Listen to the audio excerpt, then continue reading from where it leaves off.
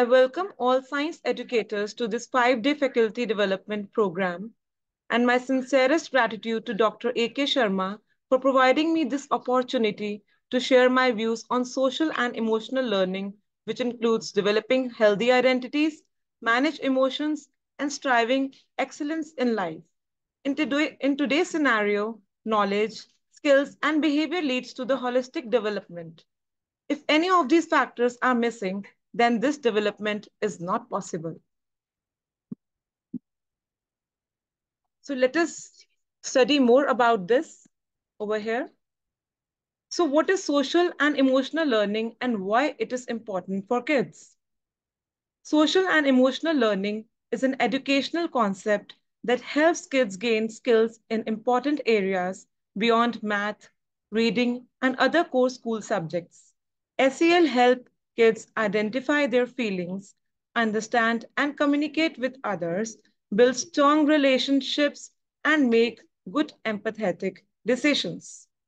SEL focuses on a set of life skills kids need to understand themselves and communicate with others.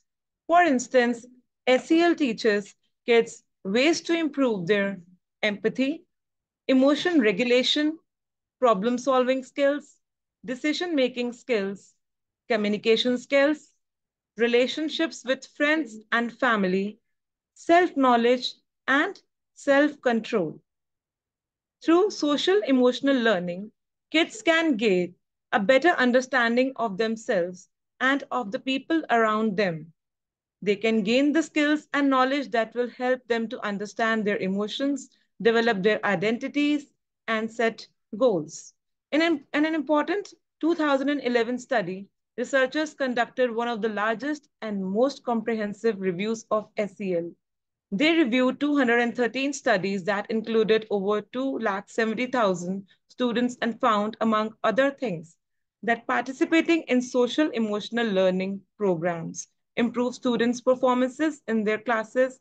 It also has a lasting impact on students and on school communities. Some important terms we should know about here: the individual's belief about himself or herself, including person's attributes, who and what the self is. Rogers suggested the self concept as three core aspects, which are self image, self worth, and ideal self. Self image is the view which we have of ourselves. Self worth is how much value we have in ourselves. And ideal self are it includes who you really wish you were. Lewis in 1990 also theorized that the development of individual self-concept has two key components. One is existential self and the other is categorical self. Existential self includes the realization that you exist as a separate to others, and the realization that we exist as an individual object in the world with distinct properties such as our age, hair color, and gender is known as the categorical self. As we grow older, this component also begins to include psychological traits. SEL is the process. Now we will study what its definition is exactly. Social and emotional learning is a process through which all the young people and adults acquire and apply the knowledge, skills, attitudes to develop healthy identities, manage emotions, and achieve personal and collective goals. Feel and show empathy for others, establish and maintain supportive relationships, and make responsible and caring decisions. Now, we will have a look on the SEL core competencies, which are self-management, self-awareness, responsible decision-making, relationship skills, and social awareness. Self-management includes regulating one's emotions, managing stress, self-control, self-motivation, stress management, and setting and achieving goals. So these are the key points under self-management, which one has to take care about. And if we talk about self-awareness, it includes labeling one's feelings, relating feelings and thoughts to behavior, accurate self assessment of strengths and challenges, self-efficacy, and optimism. Responsible decision-making includes considering the well-being of the self and others, recognizing one's responsibility to behave ethically, basing decisions on safety, social, and ethical considerations, evaluating realistic consequences of various actions, etc. If we talk about the relationship skills, it includes building relationships with diverse individuals and groups, communicating clearly, working cooperatively, resolving conflicts, and seeking help. If we go to the social awareness part, it includes perspective taking, empathy, respecting diversity, understanding social and ethical norms of behavior, recognizing family, school, and community supports. Now, I would like to share a video with all of you regarding social and emotional learning, where we will have a better look about this concept.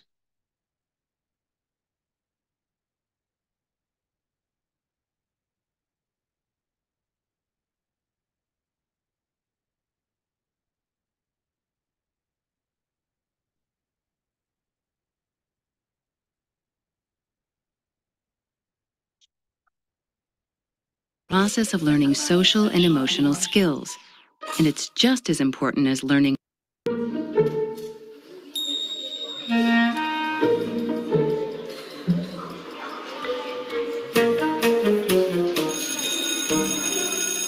There's a lot of talk these days about SEL, social emotional learning. But what exactly is it? Social emotional learning is the process of learning social and emotional skills, and it's just as important as learning reading or math. This learning process is most effective when it begins early and continues through high school. Social emotional skills are essential for success in school, work, and life. With SEL, students learn to manage their own emotions and behaviors, have empathy and show care and concern for others, solve problems effectively, make responsible decisions, and maintain healthy relationships. Students learn to recognize what's happening inside them and to be aware of their emotions, which helps them deal with strong emotions and impulsive behaviors. It helps them stop, take a breath, and think about a situation before acting. Students learn to identify others' emotions and perspectives, which helps them empathize and show compassion, no matter who they are or what their background is. It's not difficult to imagine how this is important in the classroom and in life. Students learn to solve problems in peaceful ways and communicate assertively about what they need or want. This helps them get along with other students and get the help they need from adults. When students learn to make responsible decisions about their lives and their future, things can turn out better. Research shows social-emotional learning makes a difference. Students who participate in SEL do better academically, have improved attitudes and behaviors, and act in delinquent or disruptive ways less often. In the United States, students with strong social-emotional competence are twice as likely to earn a college degree and nearly 50% more likely to graduate from high school and have a full-time job by age 25. Just as important, students who are socially and emotionally competent have more friends. This means they're more likely to feel connected to school and do well, and less likely to be left out or bullied. Simply put, by participating in social-emotional learning, students learn the skills to succeed in every facet of school and the rest of their lives.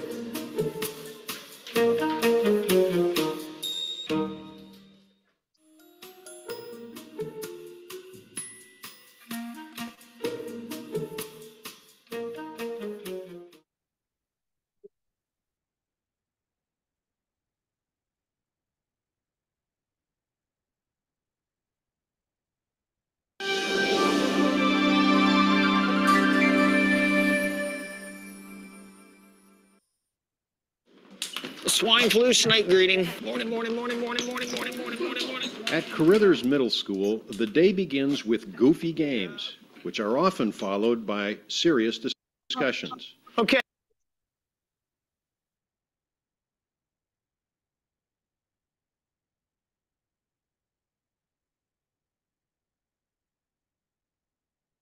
So, my dear friends, we have learned from this video that social and emotional learning, it helps in managing our emotions. It helps in having empathy, solving our problems, making responsible decisions, and maintaining healthy relationships. So now we can see here in this picture that a person is overburdened with a lot of work.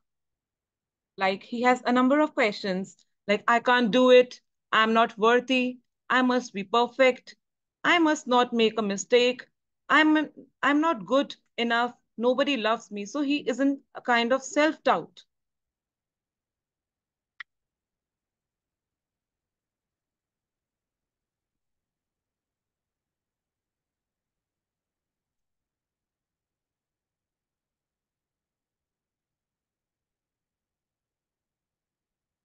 So many times we feel overburdened and overloaded due to a number of thoughts going on at the back of our mind, thus not able to find out the solution, in which SEL helps us in a number of ways. So benefits of social and emotional learning are improved academic performance, decreased depression rates, better stress management, and better chances of future success.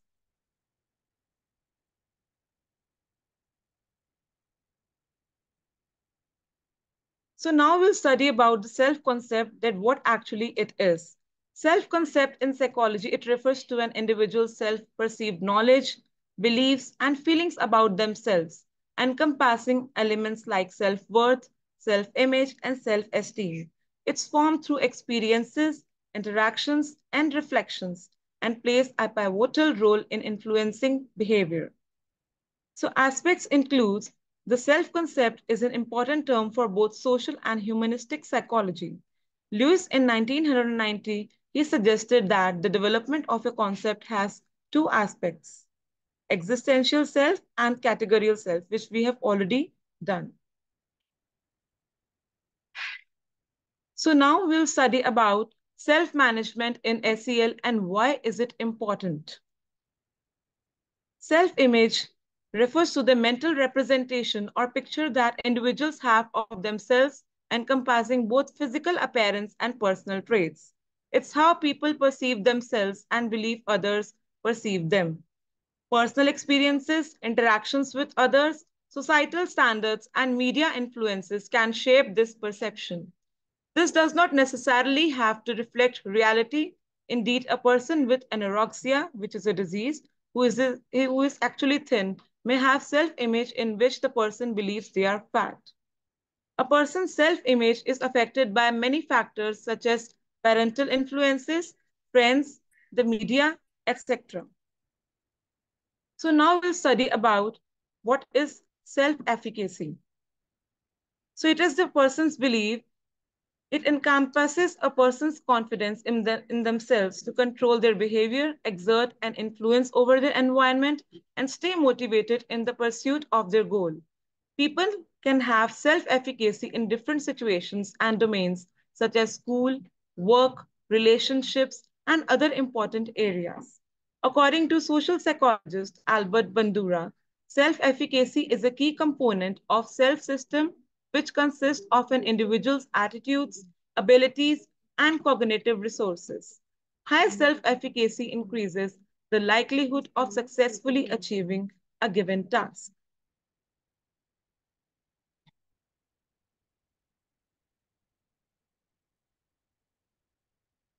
So now we'll study about self-management's unique role. Understanding the unique role of self-management in SEL is like realizing that a balanced meal needs more than just vegetables. You also need proteins, grains, and fruits to make it complete. Self-management is a standout performer in an ensemble cast of the SEL components. It's the special spice mix that not only stands alone with its unique flavor, but also elevates the state of the entire dish. So what makes us unique? It includes proactive approach, internal locus of control, and facilitator for other skills. First, we'll study about the proactive approach. Unlike some SEL components that react to external stimuli, self-management equips children to proactively navigate their thoughts and actions. For instance, it's not just about understanding that someone's feelings are hurt. That's social awareness. It's about managing your own response to prevent or rectify it. Internal locus of control includes self-management, which uniquely emphasizes that we have the steering wheel of our emotions and reactions. So we are not just a passenger on this ride called life, but we are the driver. So we should have the remote control of our emotions in our hands. Facilitator for other skills. Think of self-management as the foundation of a house. Without a sturdy base, the other rooms like social awareness or relationship skills can't stand strong. By teaching kids to manage themselves, we are setting them up to be better friends, students, and eventually adults. By understanding self management's distinct role, parents and teachers are better equipped to offer a holistic approach to child development.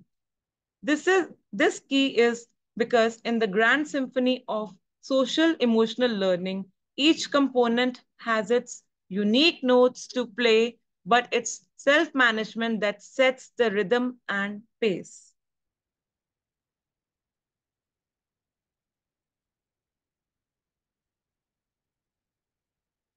Now, we are going to study about what the self-awareness is about.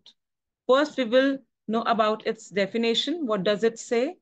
Self-awareness is the conscious knowledge of one's own character, feelings, motives, and desires.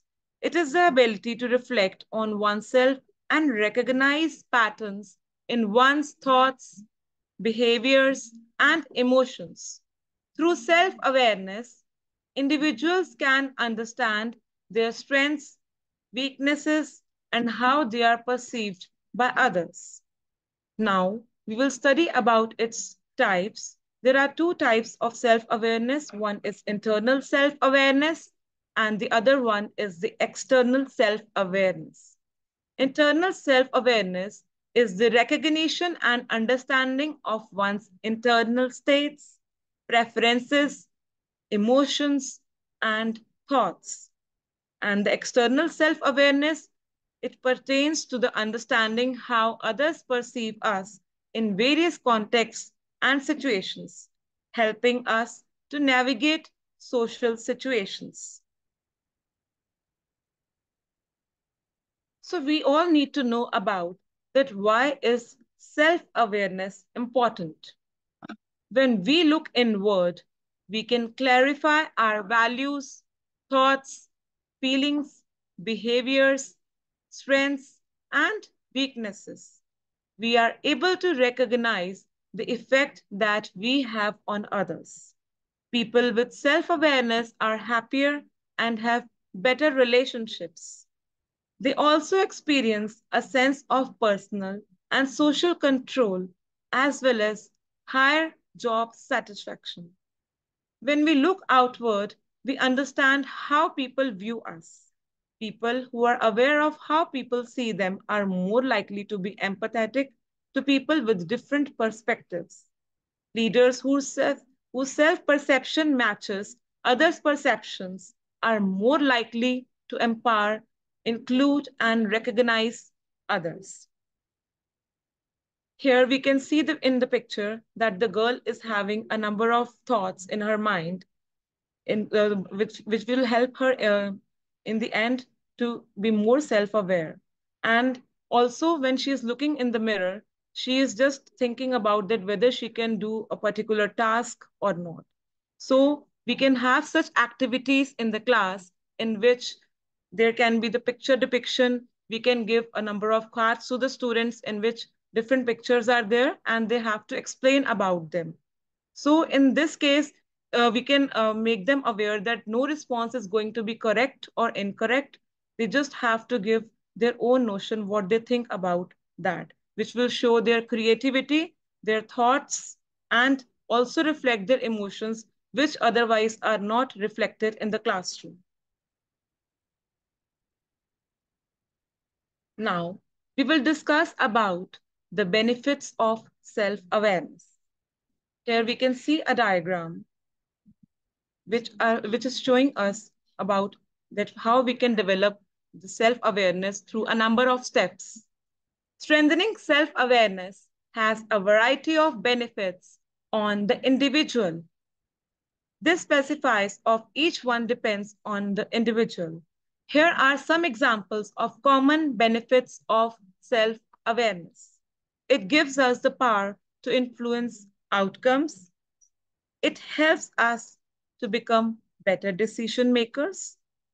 It gives us more self-confidence. So as a result, we communicate with clarity and intention. It allows us to understand things from multiple perspectives. It frees us from our assumptions and biases. It helps us build better relationships. It gives us greater ability to regulate our emotions. It decreases stress and ultimately makes us a happy person. So self-awareness, it just eradicates the doubts from our mind, and it helps us in better decision making also. So we can see here in the diagram that how these 5 steps help in the self-awareness. First is the actualize, in which the realization or the reality of the discovery is there. Next is the action, where we pursue feedback, perception, challenges, and how the awareness is going to be there. Then we ask what is working and what is not working, and about our willingness to do a particular task.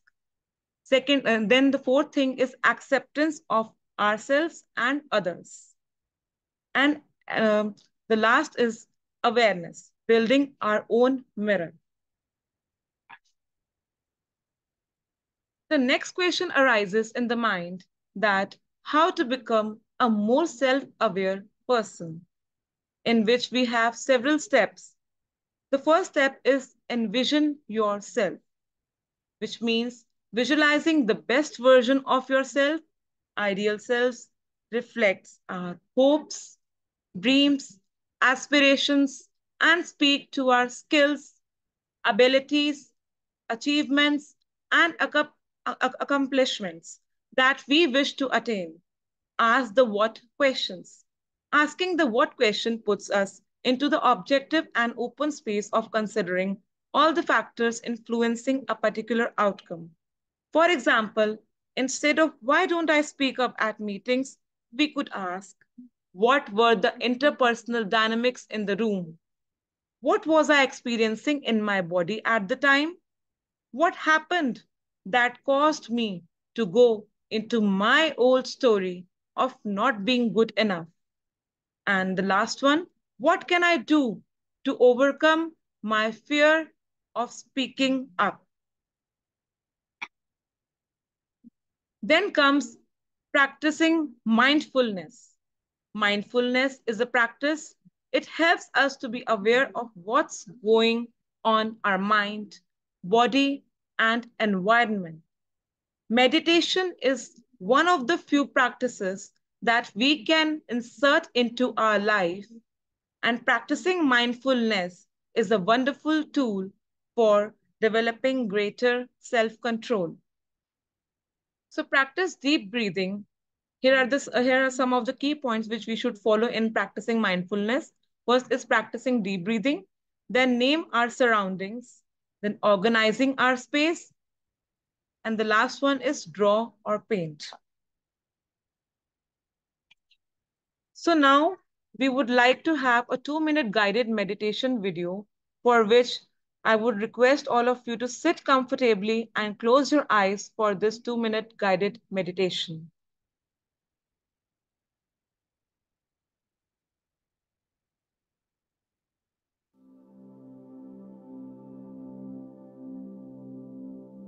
Hi, I'm Rosalie, and welcome to this 2-minute meditation.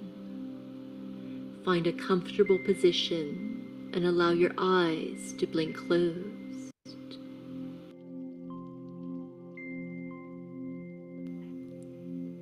Now take a deep breath in and let it go with a sigh.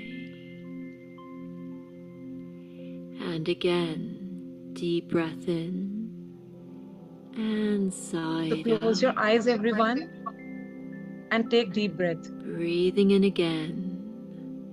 And as you exhale, let go of any worries, any concerns, any niggling thoughts. With every exhale, allowing any tension to melt away from your shoulders, your neck, your jaw. Just for this moment, letting go of any worries, any concerns, knowing that you can always come back and take care of these later.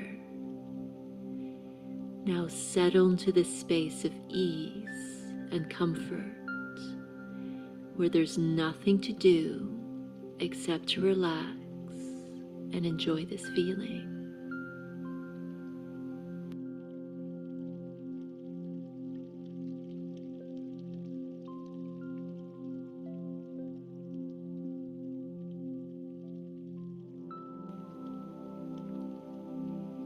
And it's time now to come fully back into your body, feeling relaxed, serene, and ready for whatever lies ahead. Namaste.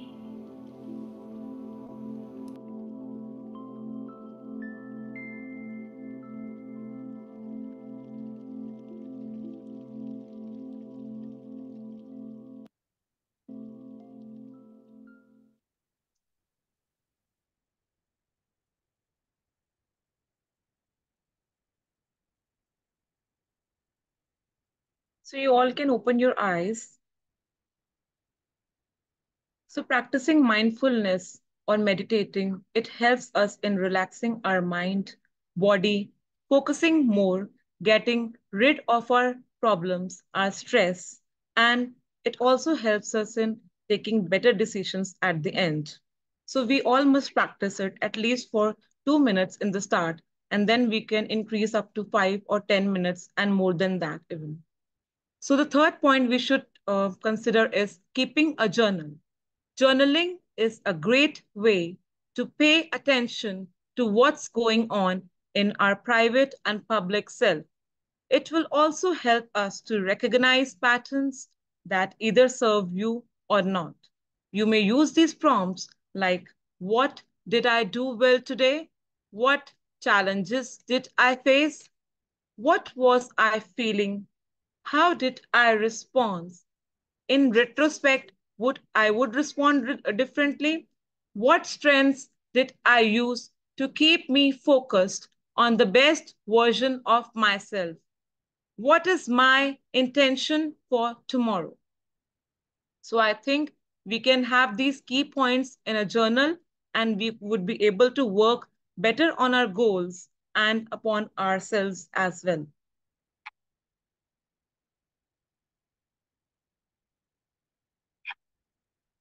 So next thing which we are going to study about is decision-making process. It includes various steps starting from identifying the problem, establishing decision criteria, then weighing decision criteria, then generating awareness alternatives, evaluating the alternatives, choosing the best alternative out of the all, implementing the decision, and evaluating the decision. So the decision-making process is defined as systematic approach to making choices or selecting a course of action among several alternatives. It involves several steps which can vary depending on the context, complexity, and significance of the decision. Here's a general overview of the decision-making process.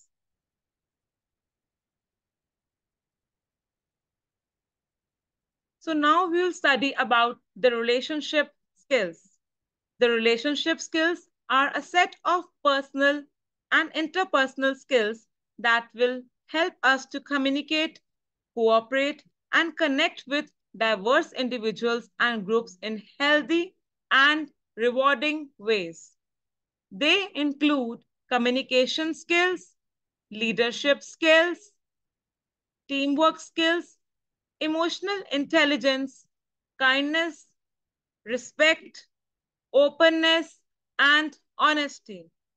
Relationship skills are important because they enhance the quality of our relationship, make our relationship successful, enable us to have deep connections and a secure base, and resist negative social pressure and negotiate through conflict.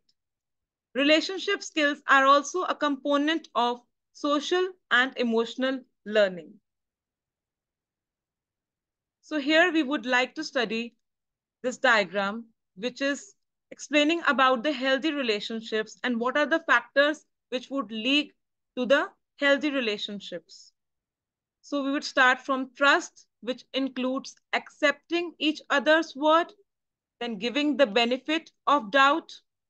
Second is accountability, which includes admitting the mistakes or when we are wrong, accepting responsibility for behaviors, attitudes, and values.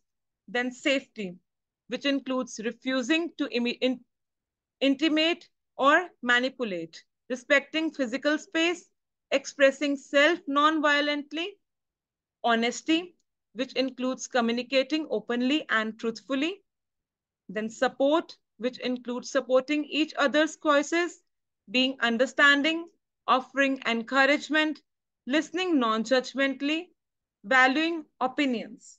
Then cooperation, which includes asking, not expecting, accepting change, making decisions together, willing to compromise, and win-win resolutions to conflict. So we are all done with all the points which are important and crucial for the healthy relationships. And it leads to the respect. Now we would like to discuss about the social awareness, what this social awareness is all about.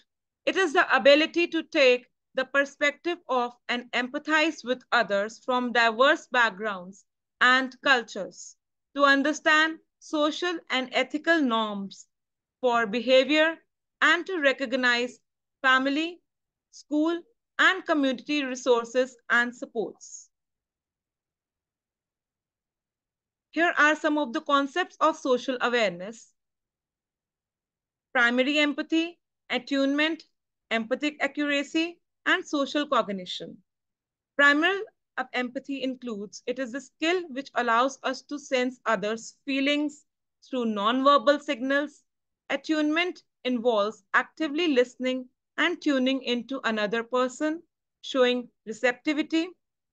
Empathetic accuracy includes understanding someone else's thoughts, feelings, and intentions. Social cognition includes grasping how the social world operates.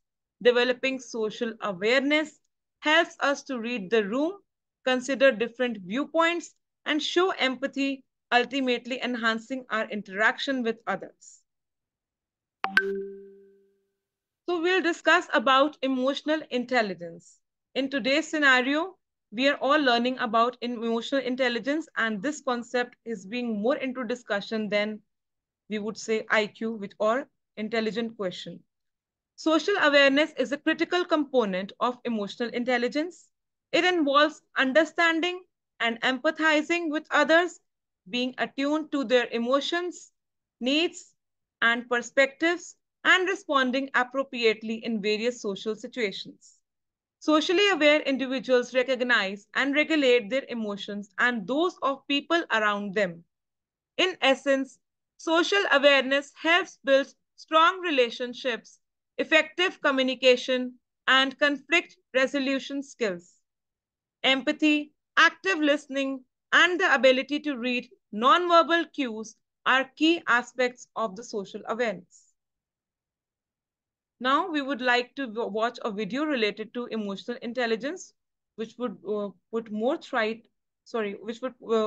light on this concept.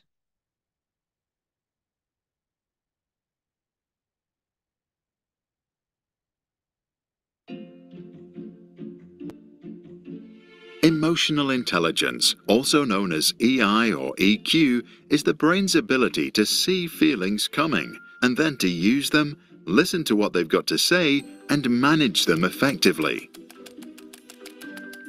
People with lots of EI recognize their own emotions and can identify them in others.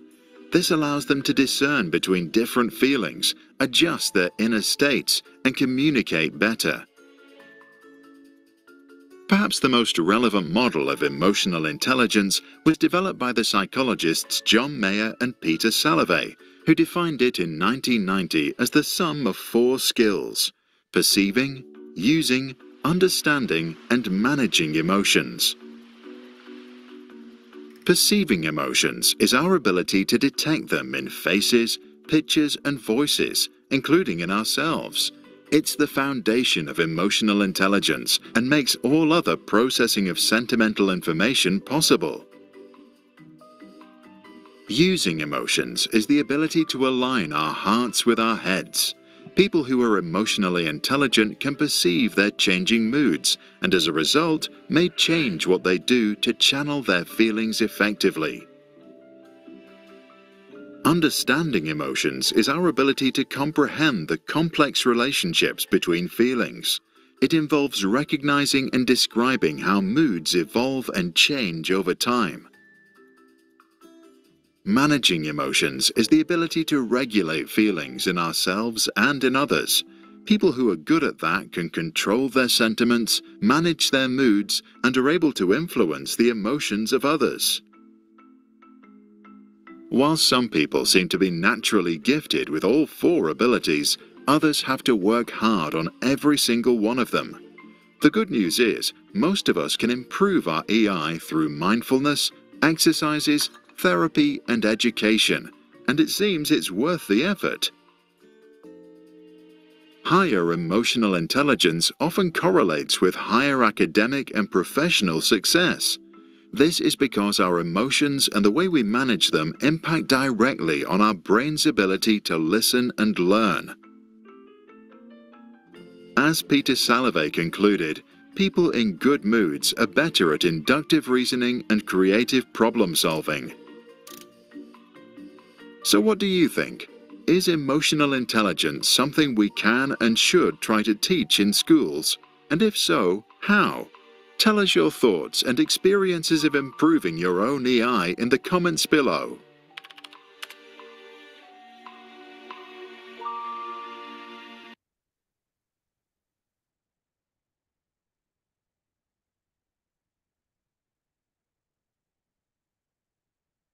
So here we have seen in this video that mindfulness, exercise, therapy, and education leads to the development of an emotionally intelligent person. So we would like to have some of the questions from you that what is the difference between sympathy and empathy? So anyone who would like to answer this question in the chat box or otherwise on video. What is the difference between sympathy and empathy?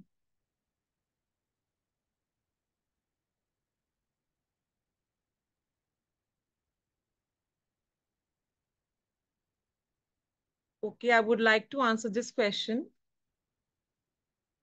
Empathy involves feelings what someone else feels, while sympathy doesn't. Sympathy instead involves understanding someone else's emotions, but from your own perspective. So here we can see in both the pictures, giving us the clear picture of what sympathy and empathy is all about. In empathy, we are actually feeling the emotions of the other person. But in sympathy, the person is saying that I'm sorry, that must hurt. Next question is, what is self-awareness? We've already discussed about it. Anyone who would like to respond to this question? In the chat box also, you can answer this question.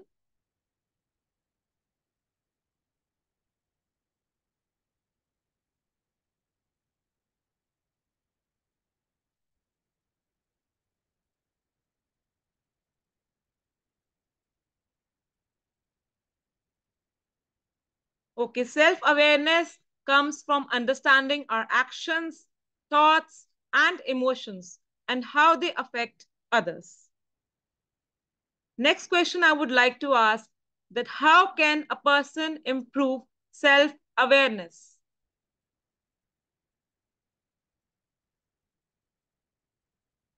So how we can improve our self-awareness, we've already discussed about. Okay, I'm getting answer in the chat box to know about our strengths and weaknesses. More answers I would like to have.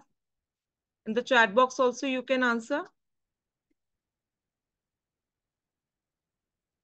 Okay. So there are 6 ways to improve self-awareness, which are asking for the feedback, recognizing our strengths and weaknesses, then self-reflect, monitoring your self-talk, practice saying no, and questioning our decisions. Okay, I'm having more responses here, like examining our knee-jerk emotional reactions, practicing my, okay. Next question is, why do you think that relationship skills are important? Anyone who would like to answer this question?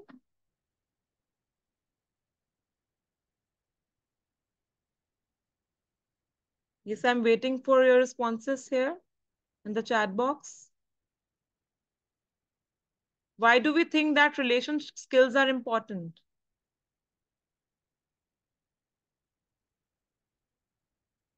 Okay, relationship skills are important. Here I've got the answer for the overall growth of ourselves to contribute towards society. That is good. And these are important because they enhance the quality of a relationship, make our relationship successful, enable us to have deep connections and a secure base, and resist negative social pressure and negotiate through conflict. Relationship skills are also a component of social emotional learning.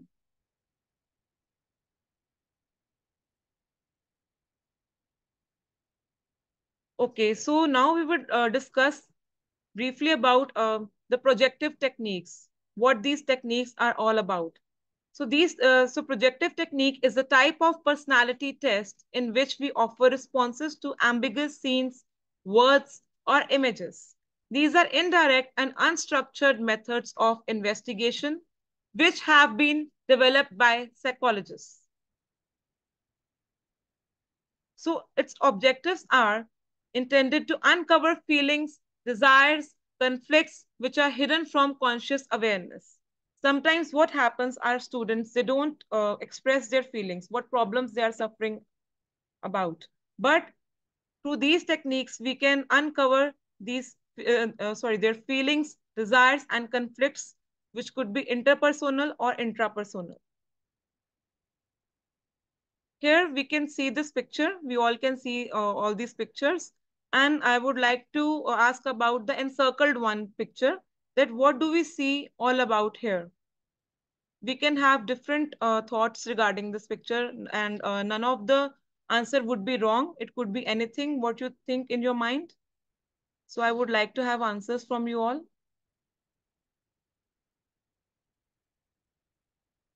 That what does this picture resembles?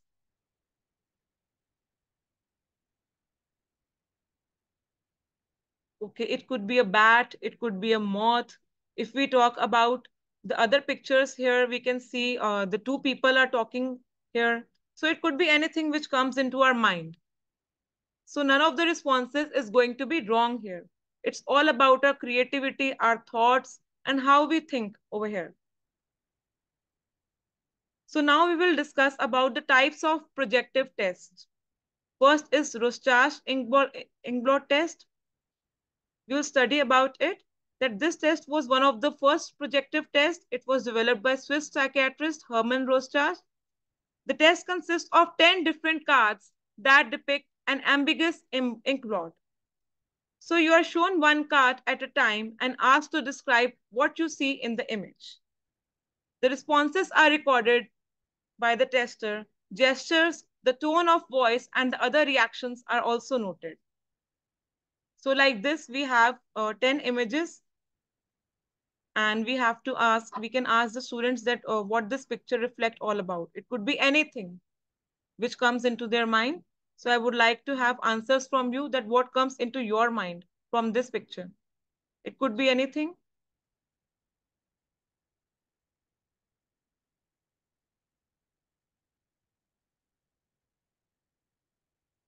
So what it's reflecting to me, it could be a bone of our body or a person who is doing meditation.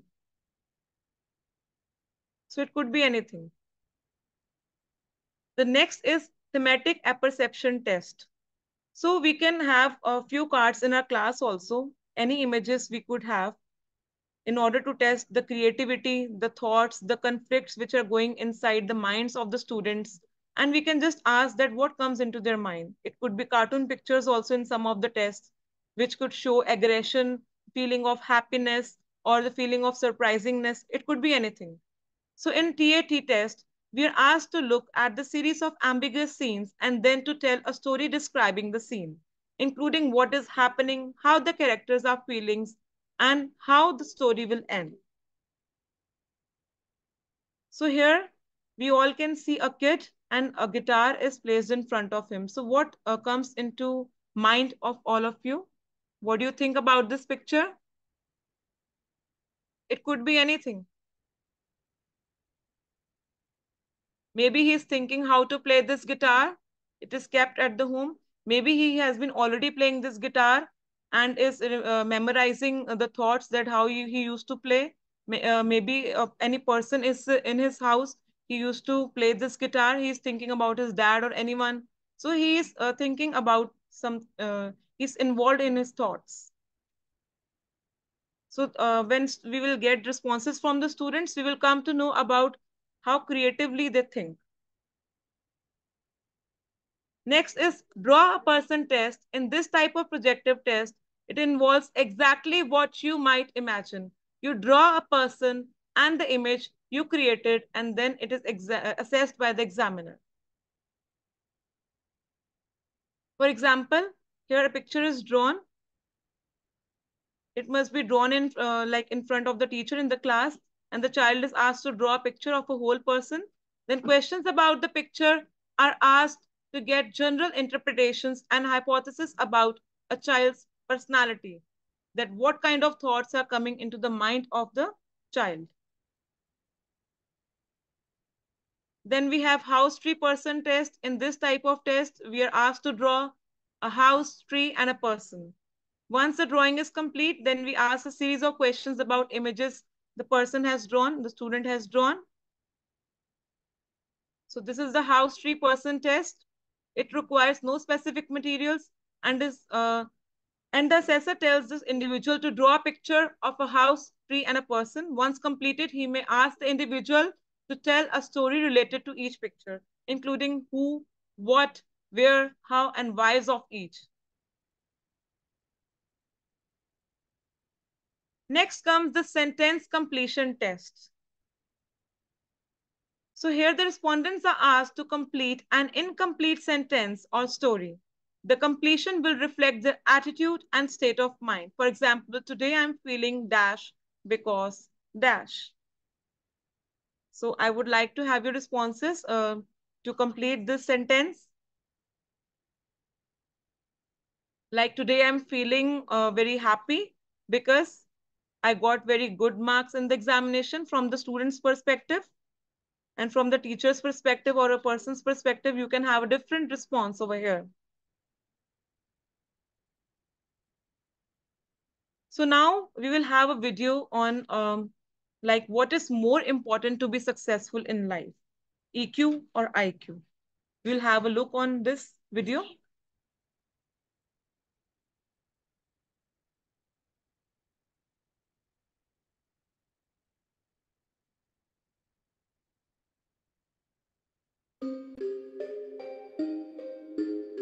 Difference between IQ and EQ.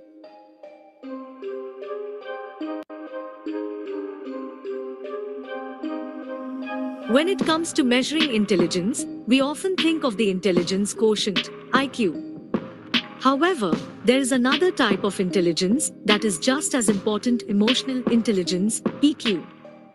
While IQ measures a person's cognitive abilities, EQ measures their emotional abilities.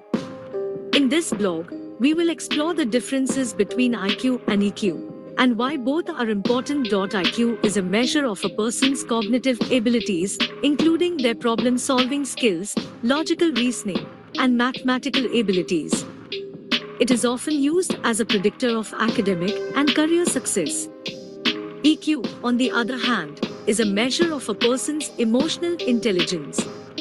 It includes their ability to recognize and manage their own emotions, as well as their ability to understand and empathize with others.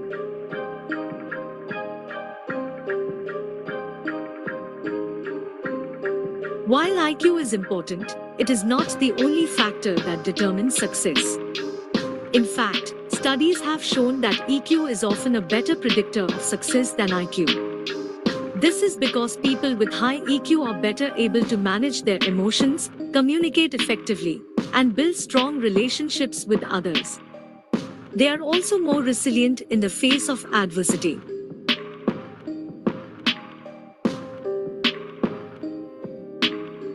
One of the key differences between IQ and EQ is that IQ is largely determined by genetics, while EQ can be developed and improved over time.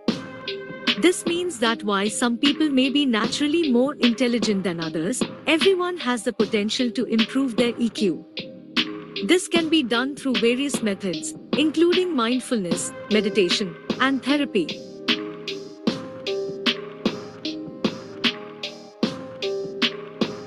Another difference between IQ and EQ is that IQ is often seen as a measure of academic or intellectual ability, while EQ is seen as a measure of personal and social skills. While both are important, EQ is often more important in the workplace and in personal relationships. People with high EQ are better able to communicate effectively, negotiate conflicts, and build strong, supportive relationships with others.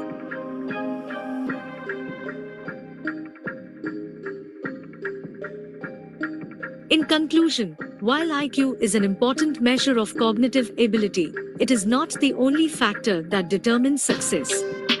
EQ is equally important, if not more so, in determining success in both personal and professional settings.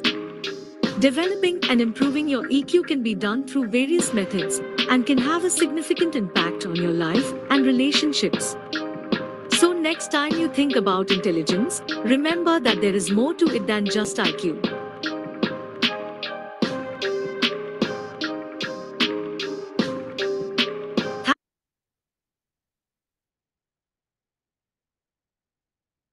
So we have seen in this video that EQ helps to better manage emotions, communicate effectively, and build better relationships.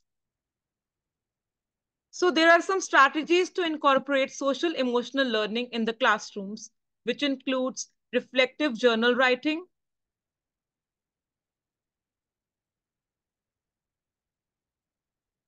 then encouraging read alouds for perspective takings. Read alouds can be a great way to encourage social emotional learning.